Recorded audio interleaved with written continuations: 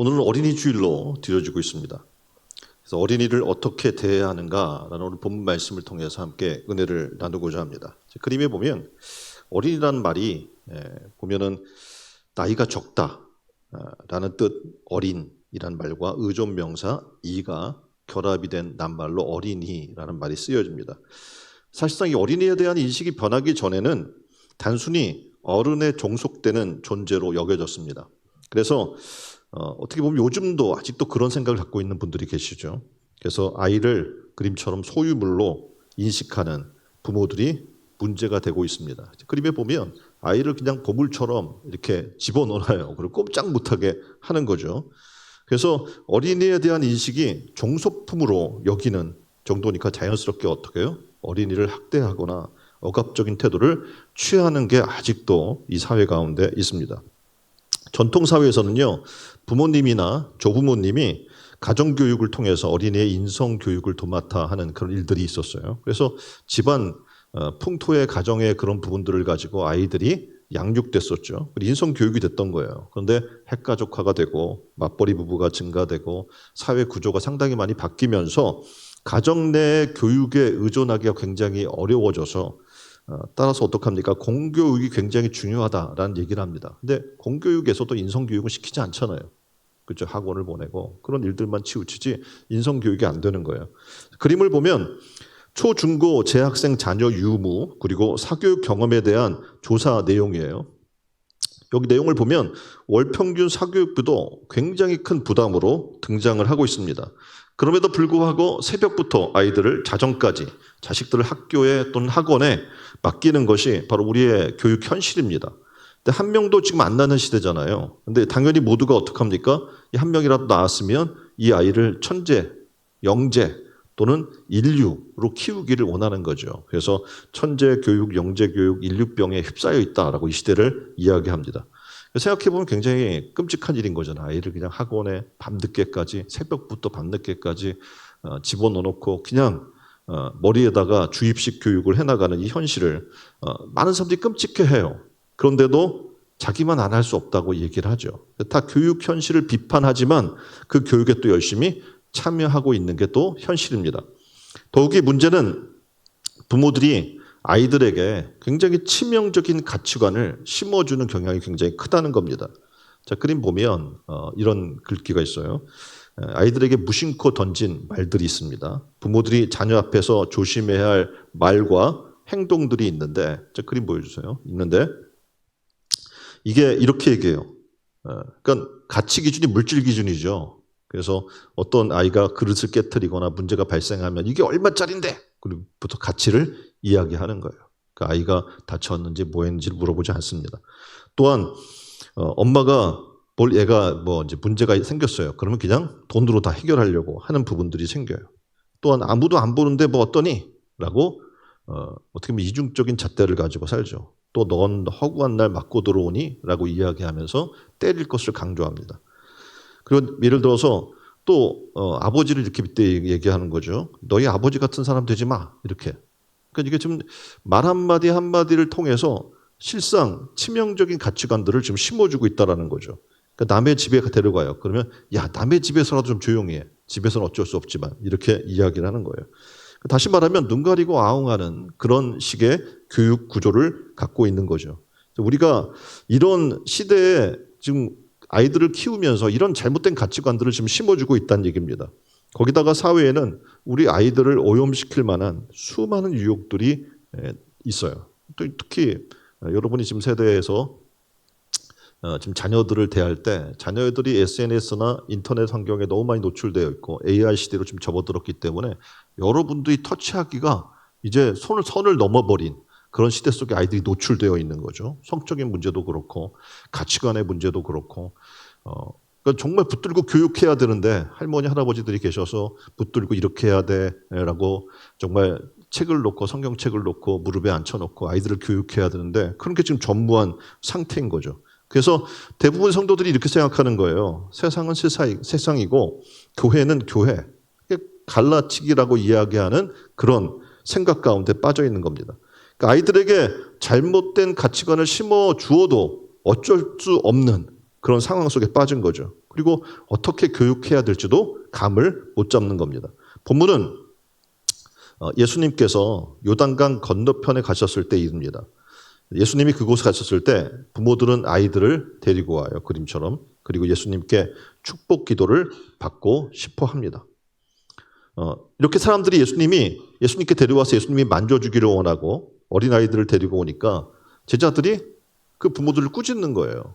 왜 개들 데리고 와서 예수님을 귀찮게 하느냐라고 꾸짖는 것을 보게 돼요. 그러면 왜 제자들이 꾸짖었을까요? 이유가 있겠죠. 사람들이 몰려 들어오는 것을 보면서 지금 경중의 부분을 따지기 시작하는데 아마 귀찮을 거예요. 왜냐하면 사람들이 일일이 와서 애들까지 챙겨줘야 되고 애들을 하나하나 만지고 기도해주고 축복해준다는 것은 상당히 힘든 일입니다. 그래서 그들은 이렇게 생각했을 겁니다. 그러니까 예수님이 그런 잡다한 일까지 하실 분이 아니야. 근데 그런 애들까지 데려와서 더 크고 중요한 일들이 예수님이 하실 일들이 많은데 라고 생각을 했을 수 있습니다.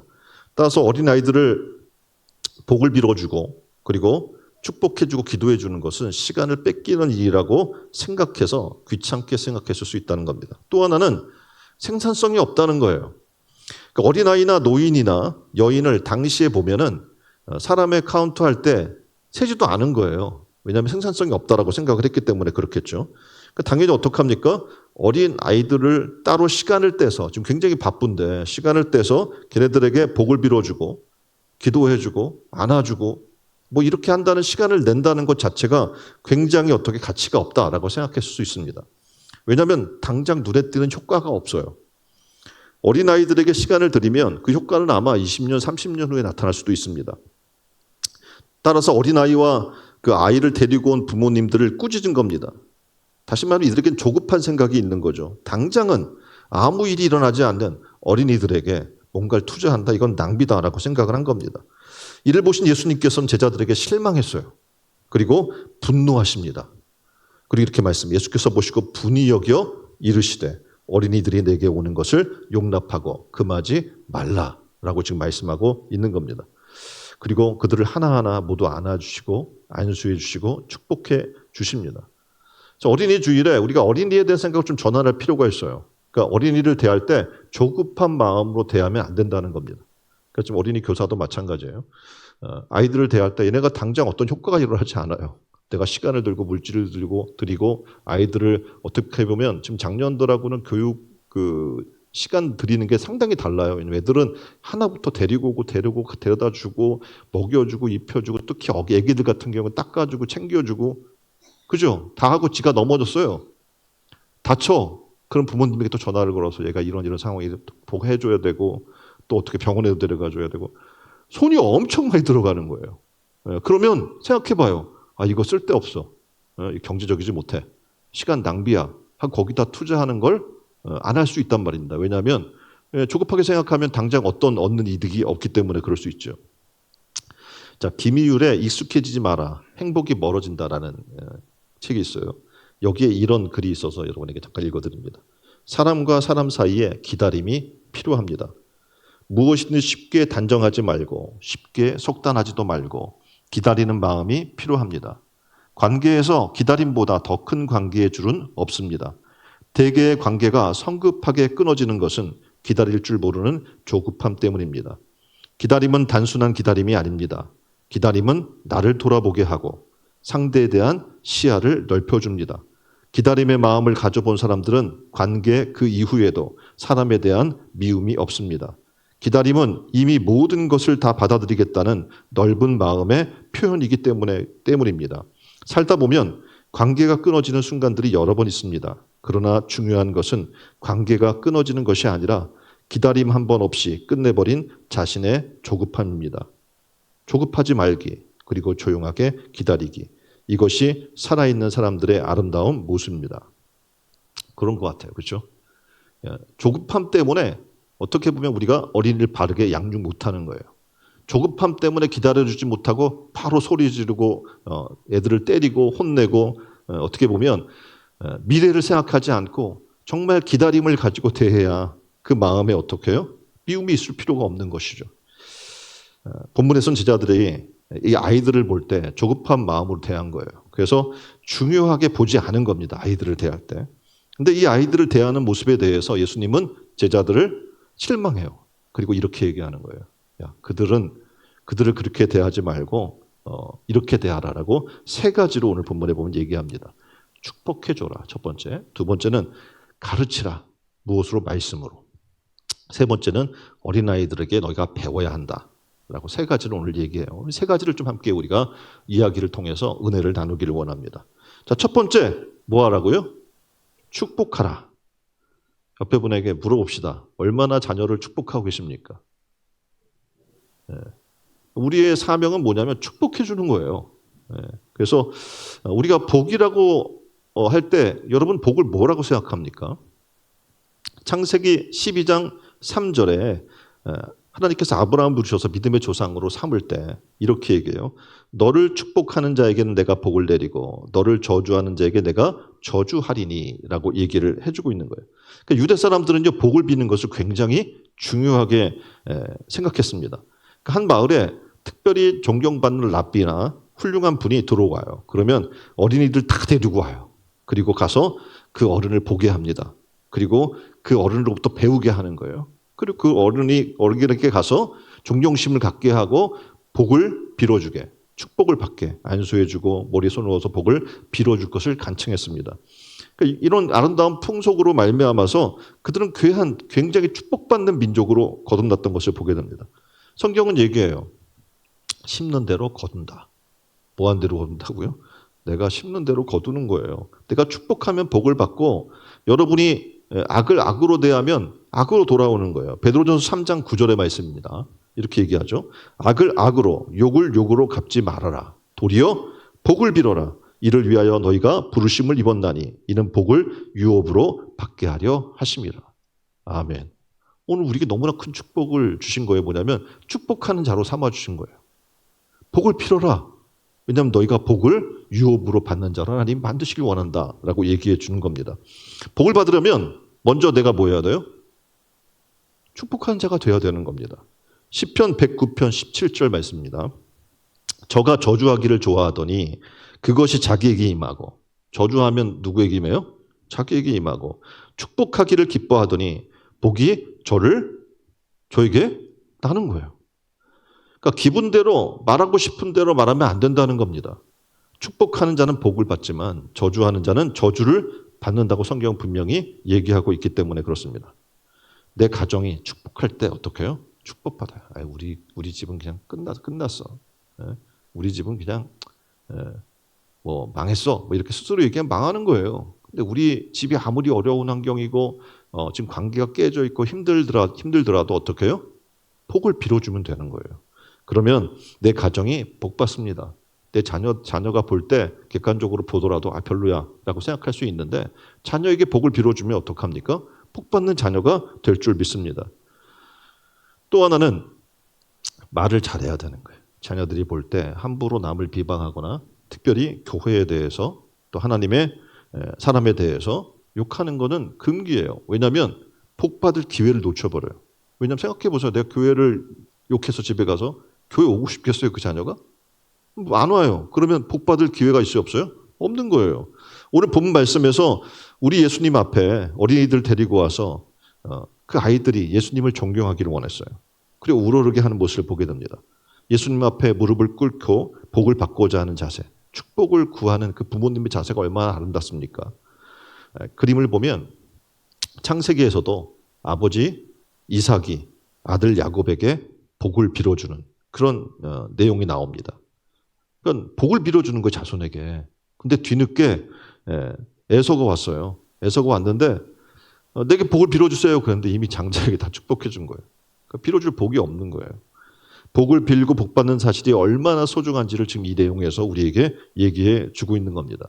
근데 부모는 복을 빌어주지만 복을 내려주시는 분 누구예요? 하나님이시라는 것도 기억해야 됩니다. 축복의 선포를 통해서 하나님은 우리에게 자녀를 복을 줄 것을 위탁해 주신 거예요. 그래서 여러분 부모님들 그리고 할머니 할아버지들 여러분들이 해줘야 될 것은 자녀를 복받게 하는 겁니다. 그러려면 어떡합니까? 믿음의 생활의 본을 보여야 하고 믿음의 삶을 보여주어야 될 줄 믿습니다. 모세가 위대한 민족의 지도자가 됐던 이유가 있어요. 그 근본은 어머니 요게벳이에요. 모세가 비록 우상 숭배를 하는 이방 나라에 태어났잖아요. 그리고 애굽의 궁중에서 왕자의 신분으로 굉장히 호화스러운 생활을 했습니다. 그런데 그의 믿음을 저버리지 않았던 중요한 이유가 있었는데 뭐냐면 요게벳이 어렸을 때부터 어떻게 해요? 젖을 먹이면서 지도를 그려가면서 하나님의 말씀을 그 아이에게 양육했기 때문에 그렇습니다. 이렇게 자녀를 축복하고 믿음을 선물로 전달해 주시는 부모님들이 다 되기를 주님의 이름으로 축원드립니다. 자, 두 번째, 예수님은 어떻게 하라고 우리에게 또 가르치시냐면 하나님의 말씀으로 가르치래요. 뭘로? 하나님의 말씀으로. 부모님들이 자녀들을 잘 키우기를 원합니다. 그래서 뭐 학원을 많이 보내줘요. 뭐 공부하는 학원도 보내고 피아노, 뭐 음악, 뭐 또 체육 관련된 스포츠에 관련된 것 수많은 것을 보내요. 근데 성경 뭐라고 이야기하면 육신의 일은 약간의 유익은 있대요. 근데 어떤 일이? 영의 일은 범사에 유익하다고 했어요. 여러분이 무엇이 중요한지를 깨달으면 돼요. 우리는 지금 교회에 왜 왔냐면 영의 사람들이에요. 그래서 영적인 우리의 머리 대신 예수 그리스도의 뜻을 본받고 따르기 위해 지금 여기 모여 있는 겁니다. 자, 그렇다면 여러분들은 자녀에게 뭘 가르쳐야 되는 거예요? 영의 일을 가르쳐야 되는 거예요. 그 영의 일은 뭡니까? 하나님의 말씀이에요. 디모데는 거짓 없는 믿음의 생활을 한 사람입니다. 그러니까 청결한 믿음의 생활을 한 사람인데 그의 믿음은 외할머니 로이스와 어머니 유니게에 속해 있다고 이야기를 하고 있습니다. 외할머니의 믿음이 딸의 믿음이 되고 딸의 믿음이 그 아들인 디모데에게 전달된 겁니다. 그러니까 우리가 하나님 말씀으로 서 있으면 그 말씀이 대를 이어 잘 내려가게 된다는 얘기예요. 그러니까 외할머니의 믿음이 딸의 믿음이 되고 그 딸의 믿음이 아들의 믿음이 되었다라는 게 지금 성경의 디모데의 이야기에서 등장하는 겁니다. 그림에 보면 구세군의 어머니라고 불리는 캐서린 부스라고 하는 여인이 있습니다. 스라이 8자녀가 있어요. 그런데 어떻게 보면 이 자녀를 너무 잘 키운 거예요. 남편을 내조한 걸로도 굉장히 유명한데 이보다 8명의 자녀를 잘 키운 하나님의 사람으로 또 키운 그런 어머니로 굉장히 인정받습니다. 그래서 이 여사에게 어떻게 그렇게 교육할 수 있었어요? 라고 교육의 비밀에 대해서 물어봤습니다. 이 여사가 담담하고 명료하게 이렇게 얘기합니다. 언제나 악마보다 앞서서 교육했기 때문에 그렇습니다. 라고 얘기하는 거예요. 무슨 얘기냐면 아이가 나쁜 습관을 배우기 전에 먼저 좋은 습관을 가르쳤습니다. 악마가 나쁜 생각을 심어주기 이전에 내가 먼저 좋은 생각을 가르치고 악마가 나쁜 지혜를 가르치기 전에 내가 먼저 하나님의 지혜를 가르치고 악마가 사단의 거짓과 위선과 악을 가르치기 전에 내가 먼저 하나님의 뜻을 가르쳤기 때문에 그렇습니다. 그러니까 우리가 굉장히 중요한 거예요. 우리가 방치하잖아요. 왜냐하면 힘들어서. 세상의 삶에 지치고 힘드니까 아이들까지 불러서 무릎에 앉혀 성경을 읽히고 그를 위해 기도해주고 함께 모여서 가정예배를 드리고 되게 힘든 일인 거거든요. 그런데 이 어머니는 한 거예요, 그거를. 세상의 교육에 앞서서 하나님의 말씀을 교육시키고 세상에 나쁜 생각이 들어오기 전에 하나님 안에서의 좋은 생각을 가르치고 거짓과 위선과 악이 들어오기 전에 하나님의 뜻이 무엇인지를 가르쳤다는 얘기입니다. 이렇게 어린 시절부터 하나님의 말씀을 듣고 자라는 것이 굉장히 중요하다는 얘기입니다. 흔히 어렸을 때는 잘 생각해. 얘가 뭘 알겠어. 그런데 뭘 알겠어라고 하는 그 아이에게 귀찮으니까 어떡합니까? TV에서 등장하는 그런 어떤 캐릭터가 등장하면 그냥 그 애들이 좋아하면 계속 틀어주는 거예요. 패드 하나 딱 손에 쥐어주고 그걸로 자기들이 놀게 만들어줍니다. 그럼 생각해 보십시오. 뭘 배우겠습니까? 거기서 등장하는 내용만 배울 거 아닙니까? 어리다고 하면서 교회 데리고 오는 것도 하지 않아요. 왜냐하면 데리고 오기 귀찮아요. 걔를 깨워야 되고 챙겨야 되고 뭐 해야 되고 옆에 앉히고 학생을 데려오기도 귀찮고 힘들잖아요. 그러니까 자기 혼자 편하게 와서 앉아 있는 거예요. 그 아이는 집에서 뭘 하는지 뭐 학원을 갔는지 뭐 했는지 관심 없어요. 생각해 보십시오. 복음을 듣고 영적 체험을 하고 중생할 수 있는 길은 하나님 앞에 나오는 거예요. 말씀을 듣게 하는 거예요. 말씀으로 양육받고 교육받게 하면 이 아이들이 변하는 거예요. 그러니까 지금 이 교육 방법론이 우리에게 필요하다는 겁니다. 어렸을 때부터 하나님 말씀을 들을 수 있도록 그래서 그 인생이 바뀔 수 있도록 힘쓰는 여러분 되기를 주님의 이름으로 축원드립니다. 자녀들이 구원받기를 원한다면 여러분들이 자녀를 교육해야 되는데 하나님의 말씀을 듣는 자리에 와야 돼요. 그러니까 우리 생각해. 애가 못 듣겠어? 특히 이 작년 예배 같은 경우에는 목사님 말씀을 전하는데 수준이 있어서 이 애들은 못 들을 거야. 절대 그렇지 않아요. 예. 전에 보면 애기들이 와서 앉아 있는데 집에 가서 목사님 무슨 얘기했다고 애기들이 얘기하는 거예요. 학교도 안 들어간 애들이. 예. 그러니까 그러니까 자기도 모르게 듣고 다 하고 장난치고 뭐 하고 있는 것 같은데 다 듣고 말씀이 스며들어 있는 것을 보게 됩니다. 아이들이 오면 시끄럽고 막 떠도니까 그게 귀찮고 민망하고 하니까 어떻게 해요? 그냥 TV 앞에 앉혀놓거나 말씀드린 대로 뭐 패드 하나 놓고 그냥 보게 한다든지. 생각해봐. 어린이 주일 오늘 하루뿐만이 아니에요. 항상 이 아이들을 주님의 말씀 안에서 믿음 교육에 힘쓰는 우리 부모님들이 다 되기를 주님의 이름으로 축원드립니다. 그럼 우리가 어떻게 양육해야 돼요? 그리스도인다운 진실한 모습을 보여줘야 하고 그리스도인다운 삶의 모습과 방법을 보여줘야 돼요. 믿음과 사랑과 소망으로 살고 믿음과 사랑과 소망으로 봉사하고 그리고 시련을 당했을 때는 이렇게 말씀으로 이겨야 돼라는 것을 보여줘야 되는 거예요. 날마다 우리가 낙심하며 산숨 싣는 것이 아니라 하나님 앞에 감사하는 모습을 그들에게 보여주어야 하는 겁니다. 자, 여러분 어머니 하면 어떤 이미지가 떠오릅니까? 찬송가에 보면 이렇게 얘기해요. 나의 사랑하는 책 비록 헤어졌으나 어머님의 무릎 위에 앉아서 재미있게 듣던 그 일을 지금까지 나는 생각합니다. 그 가사를 쓴 사람은 어떻게 해요? 어머님의 무릎 위에 앉아서 배웠던 성경 말씀을 지금까지 기억하고 있는 거예요. 얼마나 그것이 귀하고 귀하냐. 네? 하나님의 말씀을 들었던 것이 귀하고 귀하다고 고백하고 있는 모습을 봅니다. 자, 아이들이 생각할 때 어머니는 어떤 사람입니까? 맨날 뭐만 얘기하면 돈이 얼만데 돈 얘기하고 있지 않습니까? 미친 듯이 직장에 가서 일하고 자기에게는 관심이 없고 기도 한번 해주지 않고 말씀 한번 전달해 주지 않는 그런 어머니라면 한치 없이 맨날 한치 양보도 없이 치열하게 사는 그런 모습만 보인다면 아이들이 도대체 뭘 배우고 자라고 신앙 안에 양육될 수가 있겠습니까? 자식의 마음속에 지금 나는 어떤 그림을 그려주고 있는가 그러면 그것에 따라서 어떻게 훌륭한 어머니일 수 있고 추한 어머니일 수도 있는 겁니다. 록펠러 지금 사진에 나오고 있는 록펠러는 지금 어머니의 유언으로 유명합니다. 10가지로 얘기하죠. 하나, 하나님을 친아버지 이상으로 섬겨라. 목사님을 하나님 다음으로 섬겨라. 주일 예배는 본 교회에서 드려라. 오른쪽 주머니는 항상 11조 주머니로 해라. 아무도 원수로 만들지 말라. 아침에 목표를 세우고 기도해라. 잠자리 들기 전 하루를 반성하고 기도해라. 아침에 꼭 하나님 말씀을 읽어라. 남을 도울 수 있으면 힘껏 도우라. 예배 시간에 항상 앞자리에 앉으라. 지금 앞자리 비어있잖아요. 네? 이거 습관이야, 습관. 항상 뒤에 앉는 습관이 우리에게 있는 거예요. 자, 록펠러는 석유 부자가 된 사람이죠. 네? 앞에 사람이 파다가 포기한 부도난 회사를 인수했어요. 1m 더 팠는데 석유가 나왔어. 횡재한 거죠. 그리고 어떡합니까? 부자가 됐어요. 33살에 미국 최고의 부자가 됐고 43세에 세계 최고의 부자가 됐습니다. 53세에는요. 일주일에 100만 불씩 벌었어요. 지금 한 1000만 불로 올라갔겠죠. 가격 가치를 보면. 근데 문제가 생겼어요. 53세가 됐는데 자기가 너무 과로했어요. 걱정과 운동과 휴식 부족으로 탈모증이 옵니다. 머리와 눈썹이 빠지고 불면증에 시달리고 소화가 안 되고 그래서 그 부자가 하루에 먹을 수 있는 게 뭐냐면 우유 한 잔, 비스킷 몇 조각으로 버티는 거예요. 행복해요? 네, 하루에 막 그냥 지금 그때 100만 불이었다면 지금 1000만 불 정도의 가치의 돈을 매일 벌고 있는 가만히 있어도 그 돈이 들어와요. 부럽죠? 근데 지금 이러면 안 부러운 거예요. 생각해봐요. 우유 한 잔에 비스킷 몇 조각으로 하루를 버텨야 돼. 그런 비참한 삶을 살고 있는 거예요. 그는 어머니가 유언했지만 그 유언을 지금 잊고 살았던 거예요.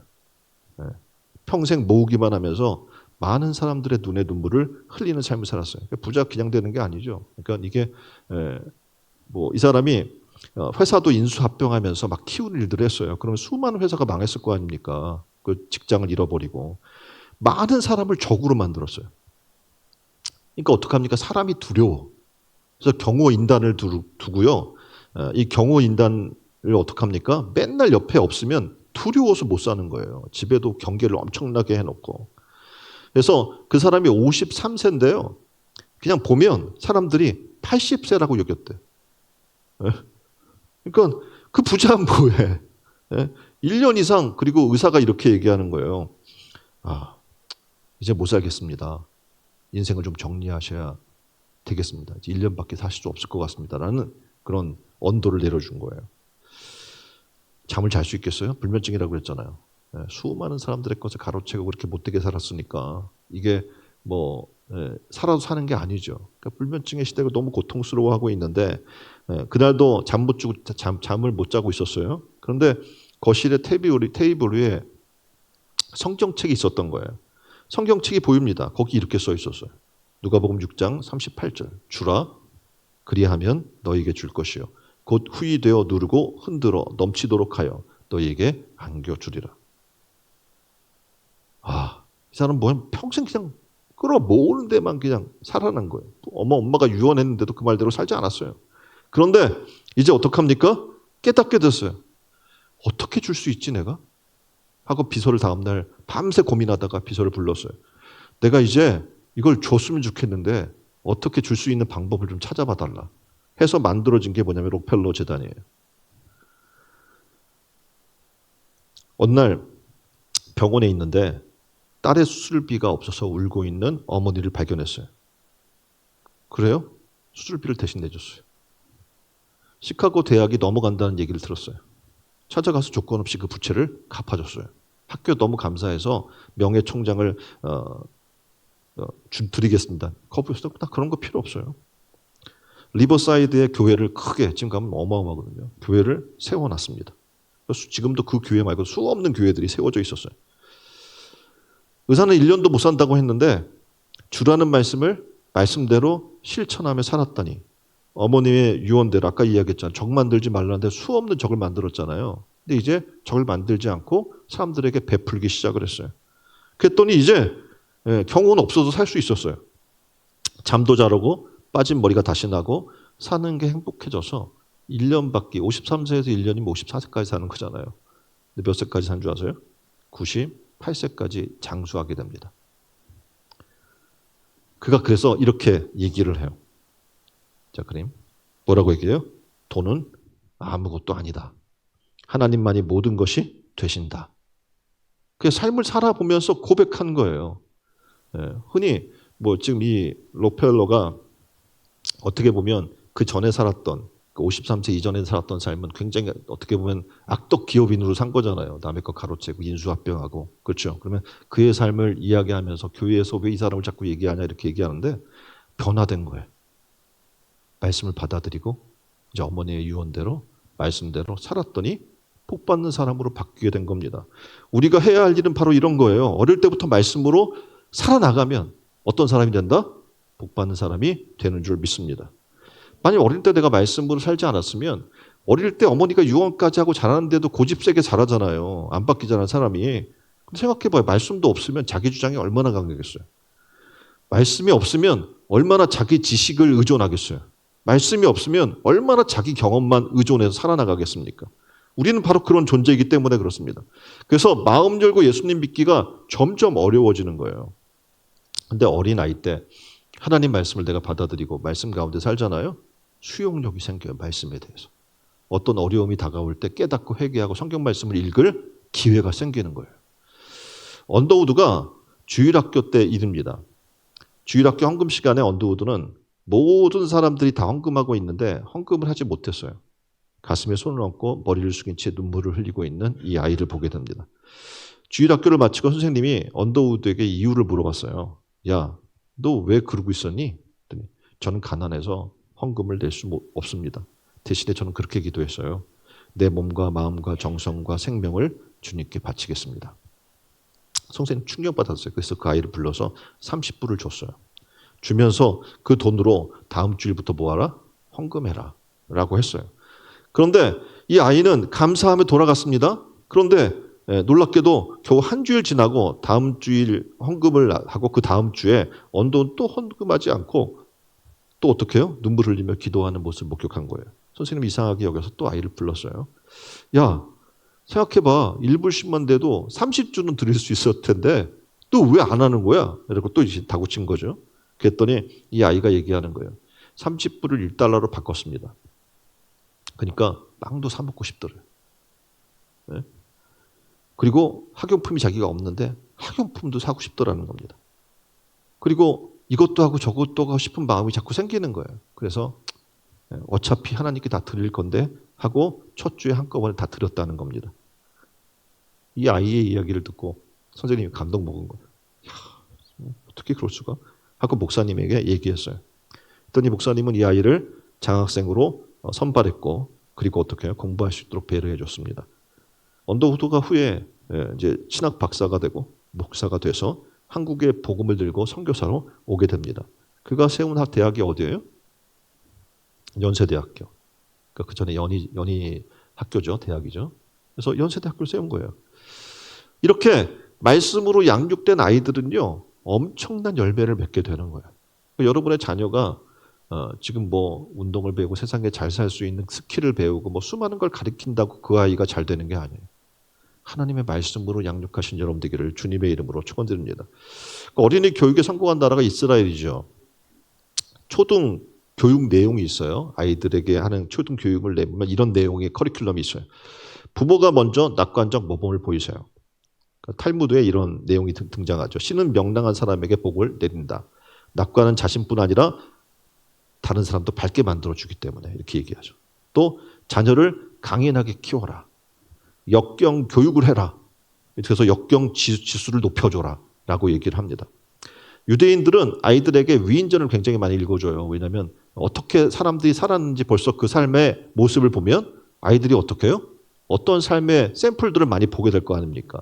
그리고 좌절 교육 가운데 하나로 식탐 훈련을 합니다. 그러니까 식탐을 조절할 수 있는 조절 훈련을 해줘요. 그래서 어려서 길러줘야 할 그런 중요한 요소들이 통제인데 그 통제 교육을 벌써 초등 교육 때부터 실시하는 거예요.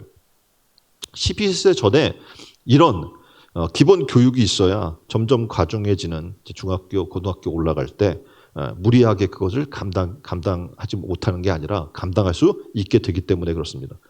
그래서 유대인은 또 가리키는 게 뭐냐면 감람나무의 원리를 가리킵니다. 다시 말하면 감람나무, 이 올리브 나무죠. 이 나무는 인고의 세월을 견딘 나무처럼 우리도 어떻게 해요? 아까도 이야기한 것처럼 기다려야 되는 거예요. 조급하지 말아야 되는 거예요. 그렇게 되면 어떡합니까? 이 부분들이 된다는 거죠. 또 하나는 질문하는 법, 가르치기. 그래서 하나님 말씀 가지고 율법 정신 가지고 정의와 평등에 대한 교육. 또 친구들과 사귀는 법. 많이 듣고 많이 물어보라. 그러니까 굉장히 벌써 초등 교육 때부터 인성과 사회생활과 세밀한 삶의 부분들을 말씀을 통해 가르치는 거예요. 근데 부모님들 합니까? 그냥 학원 보내고 학습지 교육시키고 이런 게 다잖아요. 13세 이전에 사춘기를 대비하라. 그러니까 이게 커리큘럼에 나와 있는 거예요. 유대인 자녀에게 자선의 습관을 가르친다. 그래서 뭐라고 얘기하냐면 자선은 선택이 아니라 의무다. 우리가 살아있고 축복받았다면 우리는 어떻게 해요?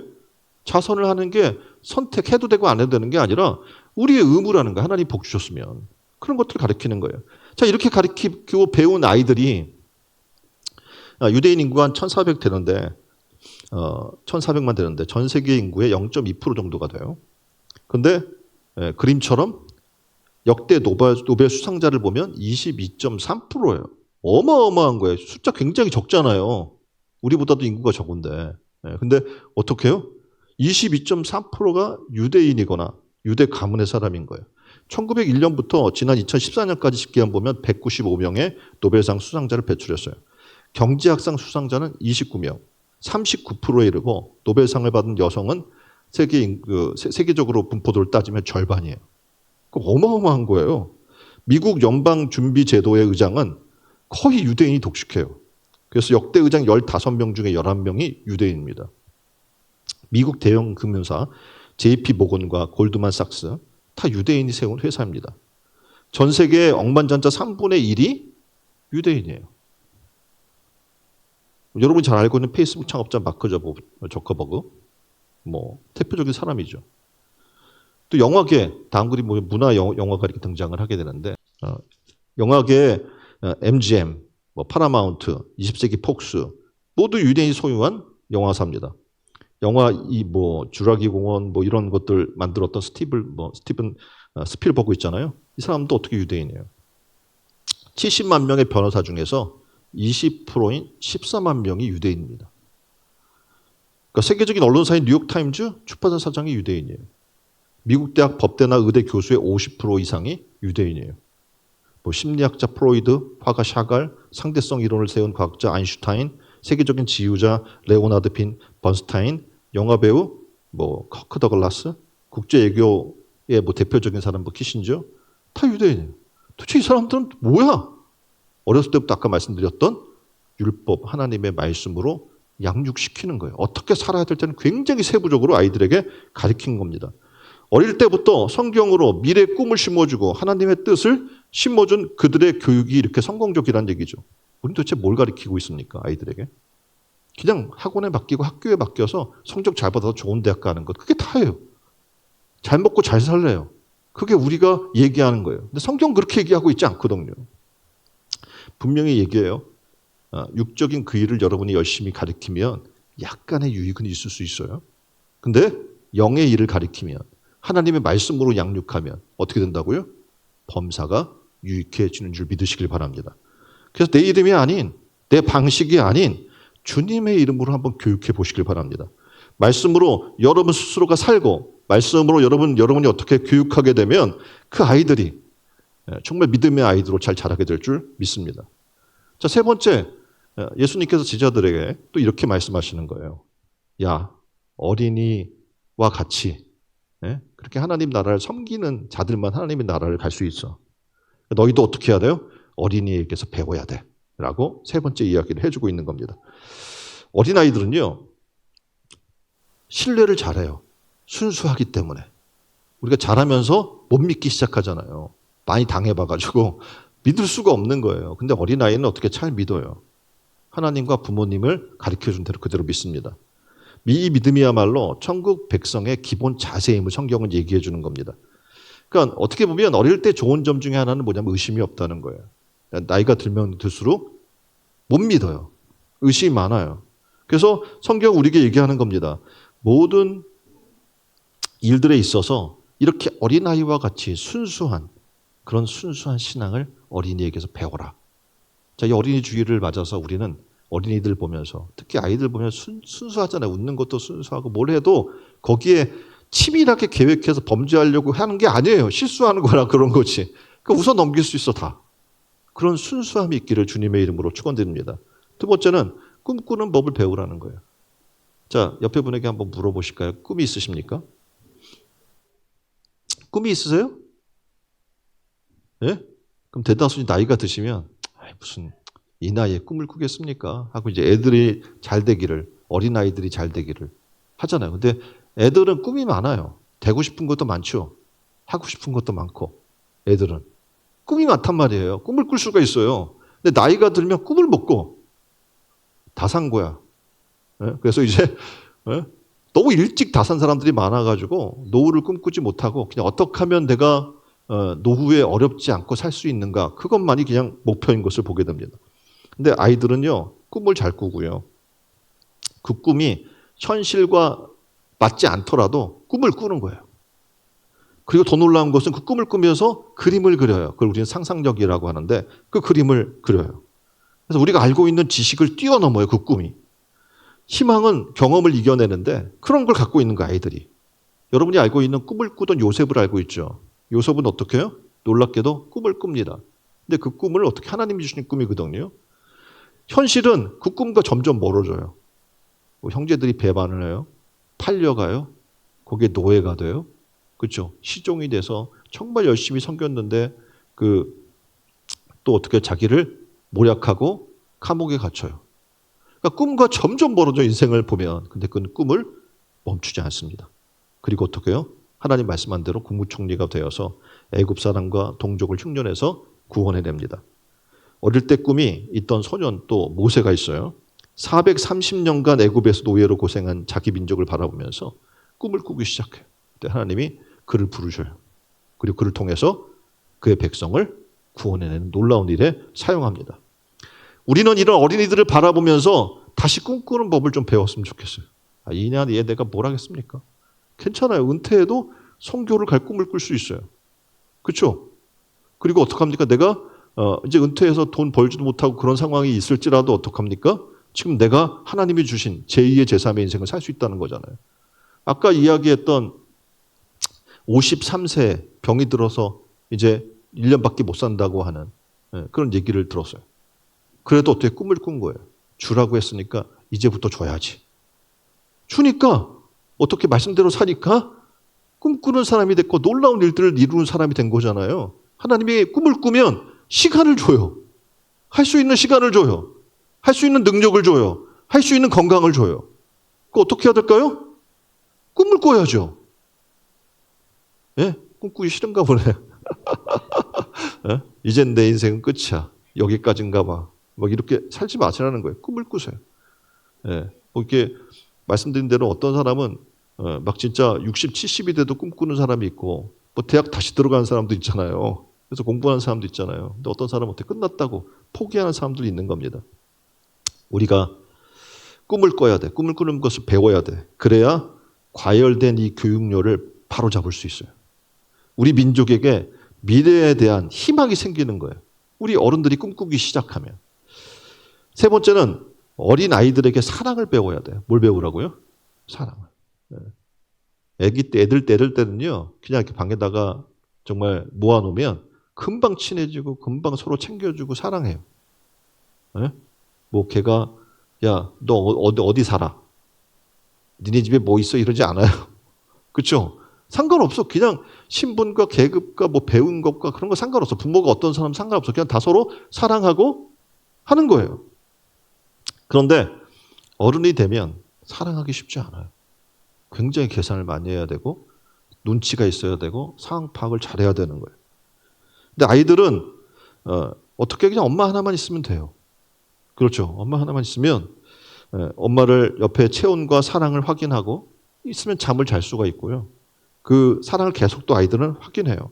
그래서 어머니의 사랑을 이렇게 자다가 손을 뻗쳐서 어머니가 있는가 없는가 확인하고 그리고 애들은 체온과 사랑을 확인하고 그리고 행복하게 사는 거예요. 여러분은 여러분의 인생에 하나님을 얼마나 확인하고 사십니까? 그럼 우리가 기도하는 방법 있잖아요. 주님, 오늘 내가 하루를 시작하게 눈을 뜨게 해주셔서 감사해요. 오늘도 주와 함께 살기를 원해요. 말씀을 듣고 말씀대로 오늘도 내가 이행하며 살기를 원합니다. 이 하나님을 향한 사랑이 있으면 어떤 어려움이나 문제도 넉넉히 이길 수 있습니다. 아이들도 그래요. 뭐 집이 부도가 나고 어려워지고 어려운 일들이 생기잖아요. 생긴다고 하더라도 어떻게 해요? 부모님만 있으면 돼요. 어머니만. 그럼 어떡합니까? 넉넉히 그걸 다 이길 수 있어요. 아이들은요. 가슴으로 듣고 그리고 마음으로 배우는 거예요. 이론으로 배우지 않습니다. 여러분이 뭐 아이들에게 잘하는 것, 사랑하는 것 이론으로 가르쳐요? 이론으로 가르칠 수 없어요. 이치를 따져요? 애들이 이치를 몰라요. 오직 사랑으로 듣고 배우고 그 안에서 성장할 뿐입니다. 그래서 아이들은 행복한 거예요. 우리도 사람이 태어나서 어떻게 살아야 할까? 아이처럼 사랑하는 법 배워야 될 줄 믿습니다. 강아지는 태어나서 30에서 45일 되면요. 지가 알아서 다녀요. 병아리도 한 달이 지나면요. 자유롭게 마당을 돌아다니면서 먹이를 먹고 자랄 수가 있습니다. 송아지도 1년이 되면 어머니 품을 떠나서 할 수 있어요. 자, 사람은 얼마나 있어야 부모 품을 떠날 수 있습니까? 예? 몇 년이면 될 것 같아요. 서구 사회에서는 이제 성인이 되면 독립해 살아야 돼요. 더 이상 부모님에게 의존해서 살지 못하도록 성인이 되잖아요. 딱 고등학교를 졸업할 때가 나이가 되면 자기가 알아서 일해야 되고 집에서 같이 살더라도 월세를 내야 돼요. 생활비를 내야 돼요. 아니, 그 의무예요. 그냥 그게. 그러니까 그 교육을 시키는 거예요. 그런데 우리나라는 그러지 않죠. 30살이 넘어도 그냥 붙어 살아요. 그렇죠? 도대체 언제까지 우리가 양육을 해야 합니까? 그래서 필요한 건 뭡니까? 아이들을 돈이나 물질로 양육하는 게 아니라는 겁니다. 어린이는 사랑으로 양육하고 교육해야 될 줄 믿습니다. 하나님 말씀을 가르치고 아이들의 손을 잡고 예수님께로 인도해 주십시오. 그리고 그 앞에 와서 부모님들이 예수님께 축복해 주세요 라고 간구했듯이 우리도 어떡합니까? 아이들에게 그런 사랑을 배우고 그런 사랑을 하는 여러분 되기를 주님의 이름으로 축원드립니다. 마지막 네 번째는 아이들에게 천국을 배우라고 얘기해요. 천국 백성 됨을 배우라. 그들처럼 어떻게 해야 돼요? 하나님 나라를 섬겨야 하나님 나라가 그들의 것이 된다라고 얘기하는 거잖아요. 칼릴 지브란이라는 사람이 있어요. 이 사람에게 한 어머니가 나와서 묻습니다. 아이에 대해서 좀 얘기해 주십시오. 그랬더니 간단하게 이렇게 얘기해요. 당신의 아이는 당신 게 아니에요. 당신은 그들에게 사랑을 줄 수 있지만 생각은 주지 못합니다. 왜냐하면 그들은 그들의 생각을 갖고 있어요. 여러분이 생각을 주입한다고 생각이 들어가지는 않습니다. 당신이 그들을 닮기 위해 노력할 수는 있어요. 그런데 그들이 당신을 닮도록 하지는 마십시오. 왜냐하면 생명이란 되돌아가지 않고 어제에 머물러 있지 않아요. 생명은 흘러가는 것이기 때문에 그렇습니다. 여러분 자녀는 여러분의 소유가 아닙니다. 하나님의 소유된 백성임을 인정하십시오. 천국 백성임을 인정하십시오. 따라서 어떻게 해요? 예수 그리스도의 이름으로 아이들을 사랑하고 축복하시기를 주님의 이름으로 축원드립니다. 아이들이 훌륭한 사람 되기를 원하죠. 기도 하나님 우리 아이들이 훌륭한 사람이 되게 해주세요. 근데 성경은 그렇게 기도하지 말래요. 자녀는 부모님으로부터 지금 그 마지막 그림 보면 자녀는 부모로부터 하나님 말씀대로 사는 법을 배우고 그리고 부모의 기도를 먹고 자랍니다. 자녀는 어떻게 한다고요? 부모로부터 말씀대로 사는 법을 배우고 부모의 기도를 먹고 자라는 줄 믿습니다. 그래서 어떻게 기도해야 되냐면 하나님 저로 하여금 축복받을 수 있는 훌륭한 그리스도인의 부모가 되게 해주십시오. 내가 먼저 좋은 부모가 되게 해달라고 기도해야 되는 거예요. 그리고 나서 이 아이가 믿음의 자녀로 성장하게 해달라고 기도하는 여러분 되기를 바랍니다. 오늘 들은 말씀을 통해서 우리가 함께 이 시간 잠깐 기도할 텐데요. 하나님 우리가 하나님 말씀대로 그렇게 정말 하나님이 이 어린 아이를 대하는 예수 그리스도께서 어린 아이를 대했던 어떻게 대했던 그런 방식대로 살기를 원합니다. 축복하고 말씀으로 양육하고 그 아이들의 모습을 통해서 순수한 신앙을 배우는 우리가 되게 해달라고 다 같이 한 목소리로 기도하겠습니다.